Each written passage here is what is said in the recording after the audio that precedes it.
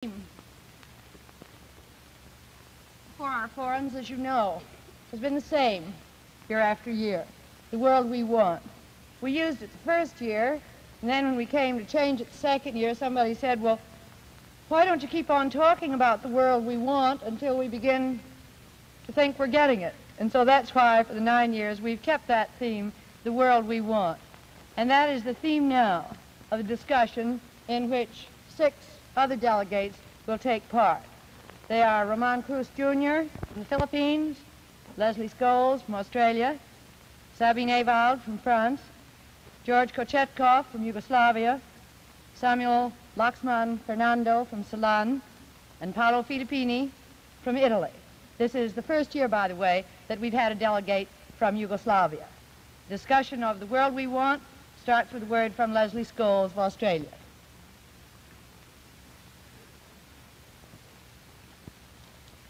You know, whenever this forum group gets together, we have new stories to tell each other about the questions Americans ask. Does everyone in Ceylon have a pet elephant? Do Pakistani women still wear chiffon pants and live in harems? Are the Filipinos heart and soul for statehood? But now that we're going back to our own schools where we'll be answering questions, we've just had a horrid thought. No one will believe us that all New Yorkers are not millionaires and that we haven't seen a single cowboy on the streets of Manhattan.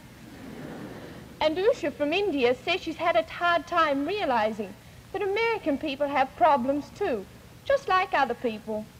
Conclusion, there is no monopoly on international ignorance. However, I would like to take this opportunity of telling you that there's other things in Australia besides kangaroos and tennis players. And do you know that Australia is actually bigger than the United States? It only appears larger on your maps because Americans make them. It was a shock to me to come over here during my summer vacation and to find the dreary cold weather and to have to go to school. I don't know how you can stand having Christmas in the wintertime when every sensible person knows it should be summertime then. However, apart from these things, I think you American people are wonderful. You're just like Australians. With one exception, perhaps. You are even more eager to hear criticisms of yourselves. And this is rather surprising, since most foreigners think of Americans as braggarts who do not think there is anything other countries have which America doesn't have also.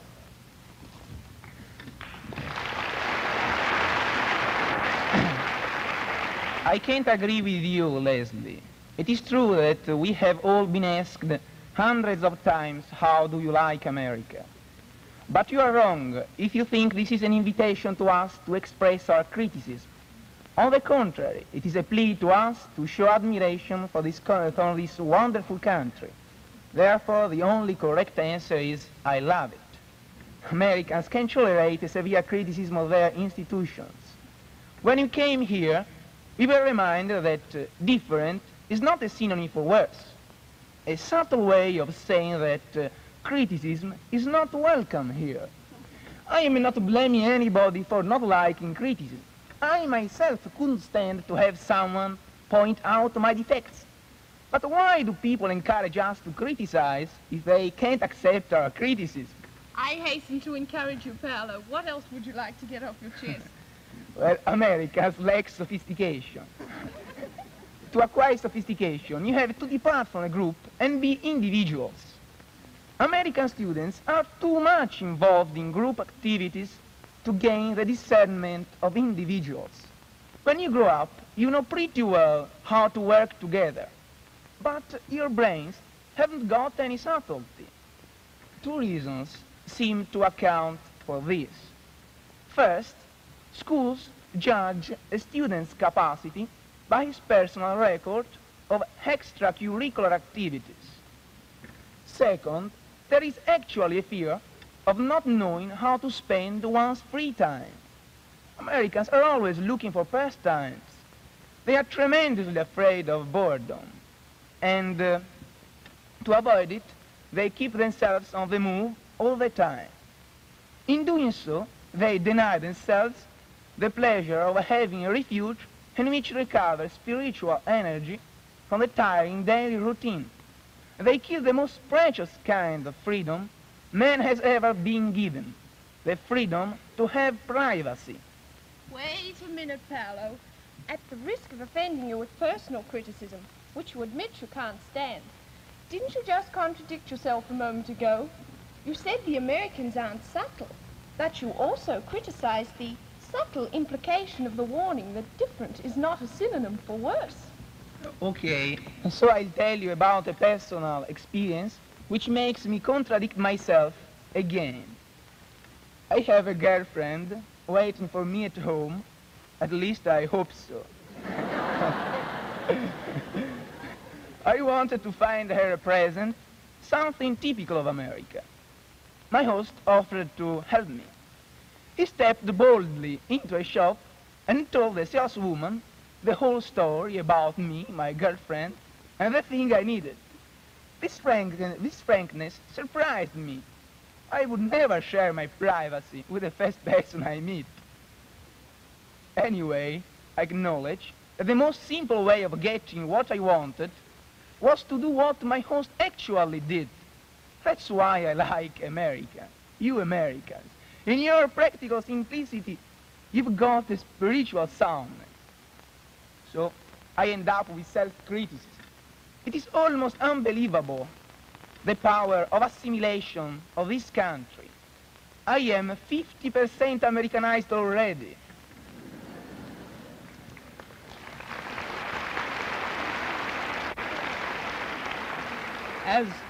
As we were saying before we were interrupted, Americans are very keen of hearing criticism about their country. There are many reasons, I think. Here, the search for a better life is never ending.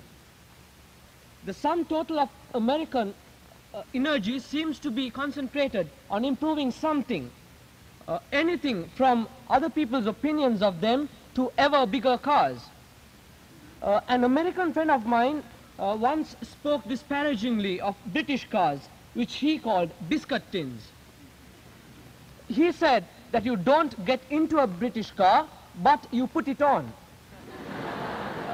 You see, these big cars that you build create a big problem. I know of many people who own 2 or 3 cars, but still prefer to use the subway. I've got another example of how you improve things so much that you sometimes overdo it. You take so much of the food value out of bread to make it pure white that then you have to go back and make it protein enriched. Speaking of proteins, I got so scared once when I heard one of my American mothers preparing the menu. She was not planning to give us food at all, but chemicals. I heard her say, tonight we'll have 2 proteins, or 1 carbohydrate and some roughage. But I must say, it looked normal and tasted delicious. Leslie, I'd like to ask you a question. Australia, like America, is a new country, built out of a wilderness by immigrants. Do you have anything comparable to this something called Americanism? Australianism, perhaps? No, at least discussion of the Australian way of life isn't as evident as Americanism is here. Perhaps it's because most people came from the British Isles. Not the British Empire, as every Asian knows. Leslie, I want to ask you a question. Is it true that a few weeks ago, an Australian Airlines bus in Singapore carried the sign, "We cater for Europeans only"? Now that the European colonial power have either left Asia or been obliged to leave, I thought the idea of white supremacy had left too, hasn't it? Well, one evidence in the Philippines is that a degree from an American university carries greater prestige than a degree from a Philippine university. But Junior, I feel that there is something far more basic than that. The years of colonialism in our countries have created a sense of inferiority in us. We feel that our cultures have been neglected, and I feel that there is one vast reaction against it. We not only want to regain our past glories, but we also want to deal with the rest of the world on an equal basis. Now, in order to do this, however, we need assistance from foreign countries. The biggest problem today is how to attain this cooperation between East and West without any infringement on our newly acquired freedom. Is the failure of your rubber deal with the United States an illustration of what you mean, Sam? Oh yes, I think that is a very dramatic example. You see, we had been selling rubber to the United States. Suddenly, when the Korean War ended, the United States stopped buying our rubber. We sell our rubber in order to buy our rice so that we may not starve. We usually get our rice from Burma, but the rice crop in Burma failed that year. England appealed to Thailand on our behalf, but they were holding their rice supplies for a rise in price. But unfortunately, their stocks rotted in their storehouses. Our last hope was the United States, but we could not buy your rice at your price unless you bought our rubber at our price. But you refused, and what happened? You know, when people are hungry, they have to eat. So we formed a trade pact with Red China, and immediately the United States stopped economic aid to Ceylon. And in 1953, Ceylon became Red China's most important free world trade partner. Well, but of course, one law enforced at that time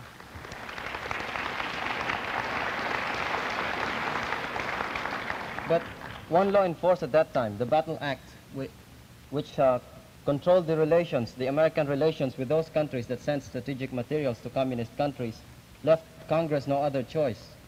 But can't you just see the headlines? These Asians must be communists since they trade with Red China. Yes, but Junior, this attitude must change, must necessarily change. Immediately after the war, the Asian countries were almost begging for American economic assistance. We still need it, but there are beginning to be alternatives. The mutual assistance idea, so successfully developed by the Colombo Plan, is just one example. Here, the member nations do not suspect each other's motives. As a citizen of a country that is directly involved in this plan, I can speak for the steady progress we are making. The case of the steel mill that Russia is building in India suggests yet another alternative. Instead of standing hat in hand, begging from the United States as our only hope, we may find the communists and the Americans trying to compete with each other to give us aid. But Sam, are you depending only on the aid that others give you? Oh no, far from it.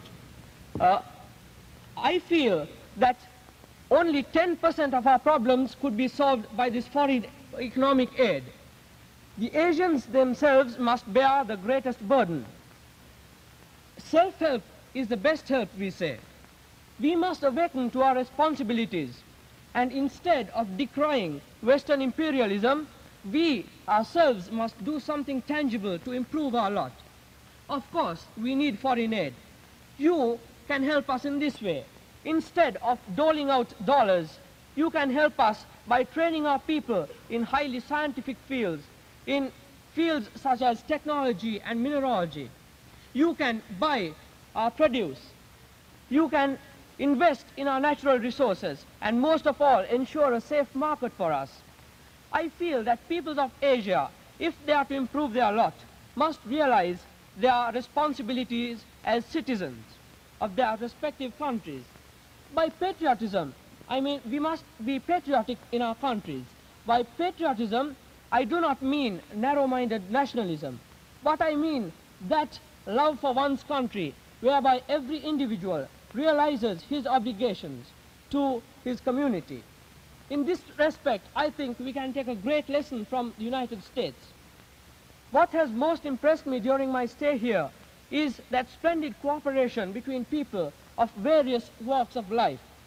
Millions of Asia today need that feeling that you have, that every individual has some share in his destiny.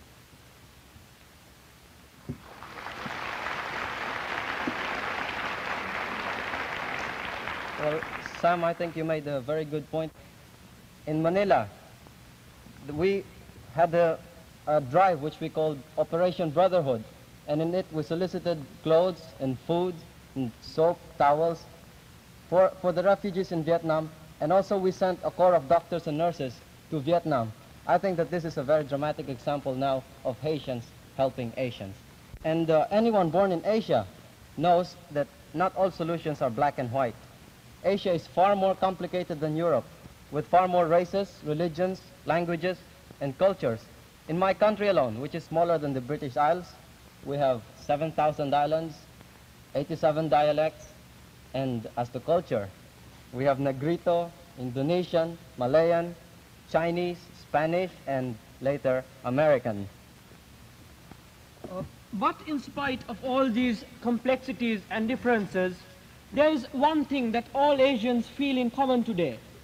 We have all been exploited by the white man, and we are united in our effort to keep ourselves free of him and to improve our own things by our own selves. And in my opinion, this is the sole purpose of the Bandung Conference. I hope this Asian conference will be more successful than the movement for unification of Western Europe. I'm European, and of course I would like to see a strong and progressive Europe, but united as a whole. I'm against the unification of only one part, Europe, because this would mean the division of Europe into blocks, and this would make the Cold War worse. I don't agree with you, George. I think a way to prevent a Third World War is for Western Europe to unite and be so strong that there will be no chance for single countries to be picked off one by one. Maybe you don't realize how much we've done already, how much France has done. The cold steel pool is a French idea, and it is working. But wasn't it France that killed the EDC, the European Defence Community? I don't know how you can have any policy when you haven't a government half the time. That is what the people always say. But you don't realize that the work of the government still goes on. You see, we just do it differently. In the British Empire, the prime ministers often changes the ministers. In France, the ministers often change the prime minister. But Leslie, I think the killing of EDC is a good proof that these military alliances are not the way to solve problems. For instance, NATO has some ideological purposes, namely to fight against the communism. That's unacceptable for Yugoslavia and for some other countries in Europe. Besides, we would like to be identified with all European countries in the organizations for mutual cooperation. If European countries, all European countries, adopt a policy of active coexistence based on the foundations opposed to Cold War, all European problems will be solved. Again, George, I don't agree with your first point. The NATO is not planned to fight communism. It is planned to be a defense against any aggression. This purpose is very different. Okay, we don't agree on this, NATO, but we have to agree that we are both Europeans. And really, for the first time since I have been here, I've got feeling that I'm not only a Yugoslav, but also a European. That has happened to me, too. Before I came here, I had never thought of politics at all, really, or the fact that I was European as well as French. You see, the French children never learn in school about current problems. I started only this year in my history class to learn about the 20th century. Right now, we must be up to the First World War, because last December, when I left France, we were starting 1870. Since Europe is already too small in the big world to be able to afford to be divided into small countries more or less fighting against each other. Since a very long time, people have thought of uniting Europe, but have never found the right way to succeed. The last two ones who tried and failed were Napoleon and Hitler. This is to show that it is not force that should be used. Well, my point, exactly. This forum shows what should be done intensively all over the world. Make the youngsters meet. I don't think we can do anything with grown-ups.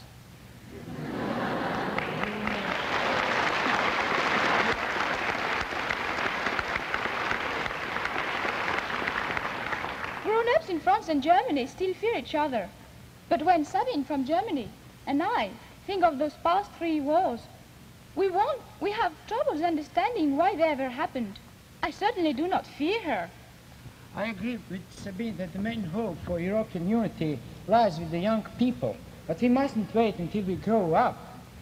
For instance, in Yugoslavia, we are already doing quite a lot with the international camps for the young people all over the world who come together, as we have here.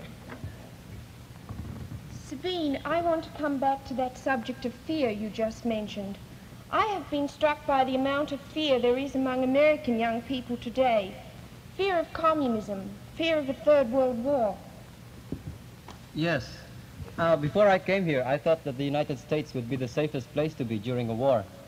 After all, war has never come here. So, naturally, I thought Americans to be less disturbed by the idea of war than Asians are. But the contrary seems to be true. It seems to me that Americans are the most pessimistic people in the world today. I was frankly horrified by the number of air raid signs in public buildings and the air raid drills in your schools. And the air raids and the signs on the side of the road saying, this road will be closed to civilian traffic in the event of an enemy attack. I can understand. I know that we should be prepared in a case of a new war. But when we talk about war every day, people are getting too afraid. And also when you think about war, you don't think enough about the alternatives to war.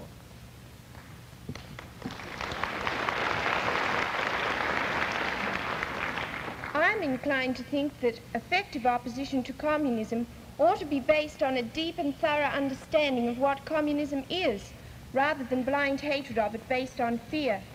In one of the schools I visited, the teacher told me she had to teach everything mentioning communism in terms of black and white.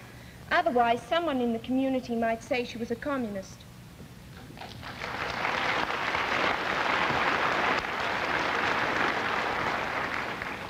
Maybe, Leslie, that's not quite as bad as you think. After all, I come from Yugoslavia, but every American I have met in my stay here has been very friendly to me, and many of them have changed the ideas about new Yugoslavia. And but nobody prevented me of talking. Even more, they asked me to talk, so that I have been talking 6, 7 or more times every day, and people have understood me. And it is a queer fact, but a true one, that competition with communism can cause us to perfect our democracy. For instance, in the Philippines, the land situation has always concentrated wealth in a few men and left millions in poverty. Quick to take advantage of the setup, the communists attracted people to their armed movement by decrying the unjust distribution of land. But their cries in turn prompted the government to practice more democracy by providing free land for the landless. As to the communists, we found a very effective way of converting them. We turned them into capitalists by also giving them land.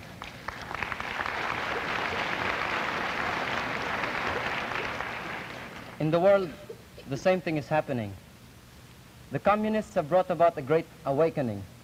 An awakening to the fact that democracy is not functioning as it should be.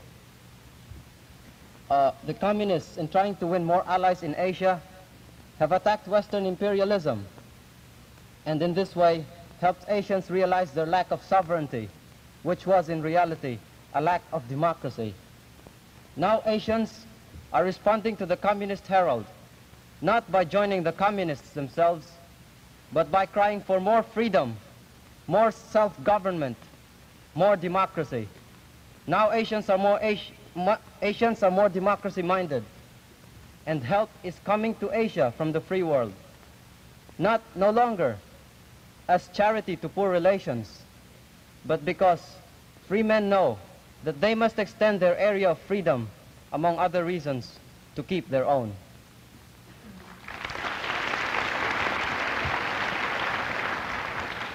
There is another problem too, the atom. Instead of using it, we are afraid of it. It would be very funny if it wasn't so tragic. You are spending a lot of money to get something what will destroy us in any case if we use it. If we really want peace, our policy has to be based on foundations opposed to Cold War. Here comes active coexistence. This demands cooperation with all countries, regardless of differences in political structure and social order. We should understand that these differences are the result of internal development, and they are unavoidable at the present level of international relations. They are an internal matter of individual countries, and other countries have no right to interfere in them. Cooperation has to be on the basis of equality, because if there is no equality, there is domination and not coexistence. These principles are in the full harmony with general conceptions of the United Nations Charter. I'm tired of war. I don't want to hear that word anymore. I'm scared. Why should people always fight when it is so easy to be friends? Just watch our group. If there's a war in Formosa, it's going to be the most silly thing. I thought we had the UN now to prevent silly fighting. I wish the Big Four would meet in a room and do what we did in Washington when we changed the rules. When you have to represent the other person's point of view, you understand it much better. I think it is very important in life to have many friends.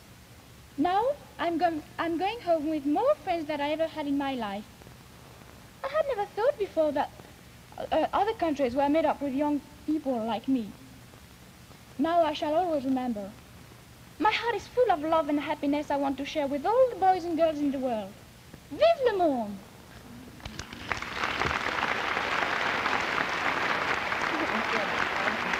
Long live the world. Vive le monde, Sabine. We all agree with you.